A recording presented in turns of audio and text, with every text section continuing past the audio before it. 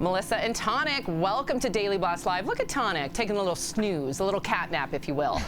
Melissa, you have a show of trained animal actors called The Ultimates, and you have done shows for GMA and Animal Planet. So tell us, what brought you to Pet Sematary, which is, by the way, one of my favorite horror films of all time? Probably one of the biggest things I'll do in my career is the iconic character of Church. But I mean, it certainly was the live show that brought me to Pet Sematary. I have the dogs that can handstand, skateboard, jump rope, but I also have a cat that can sit pretty on my head. And the animal coordinator of 30 years searched me out because of this cat. Now, the directors had a very specific look in mind for the cat, which was the look of the book on the cover of the Stephen King novel. Right. And because of my training experience, we were able to say, let us know what look you would like to have, and we'll pull those cats out of shelters and train them in 2 months. That's incredible. The fact that you're pulling them out of shelters. I, in fact, have rescued 4 shelter cats. So, yeah, I am a cat lady. You have a wonderful reputation as a trainer, which I really appreciate. So how do you ensure the ethical treatment of animals on set? And thank you for saying so, because positive reinforcement training techniques is something that I am known for.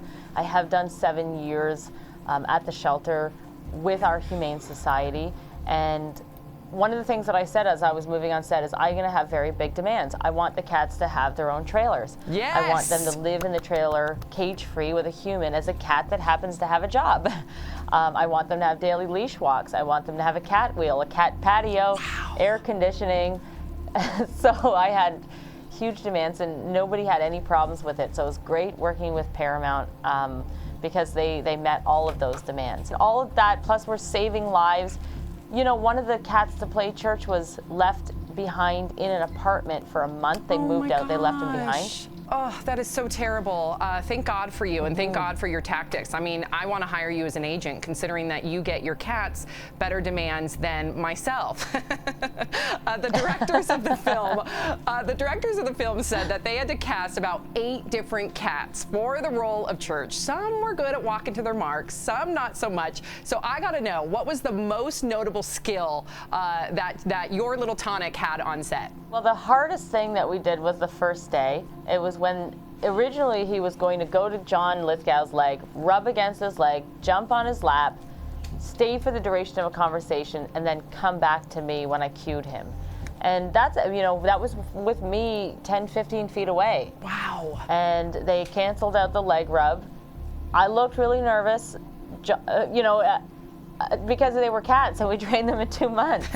John was such a gracious person to work with. He squeezed my hand, and I thought, oh, it's all over my face.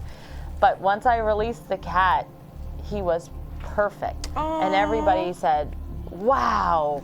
It was such a cool moment. And you wouldn't think it would be such a complex behavior, but it was.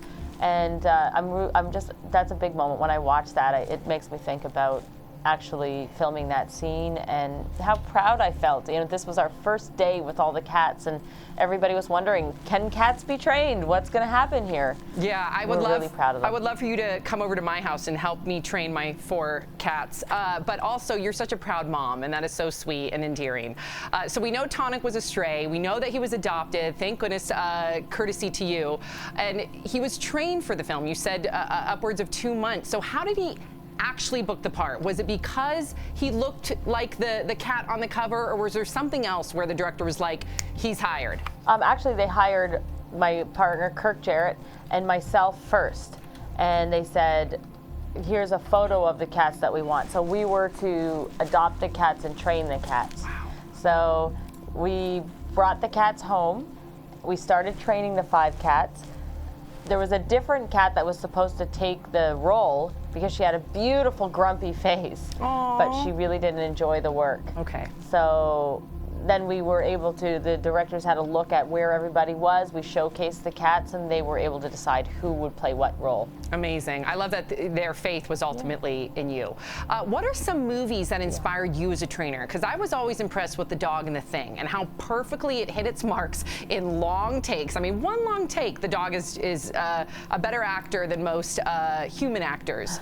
I mean, I always think back to Homeward Bound, and I remember that golden retriever coming over the hill, and that's just one of my favorite movies as a kid. I watched it 100 times. Incredible. And you have such an incredible career, and I think that, I know that you said that this is the highlight of your career. I think that there's going to be much more milestones ahead for you, Melissa. Thank you so much for taking the time with us here on DBL, and bye, Church. Bye, Melissa. Or actually, I should call him by his real name, right? Bye, Tonic. Bye-bye.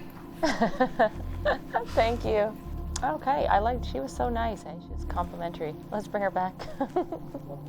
Great.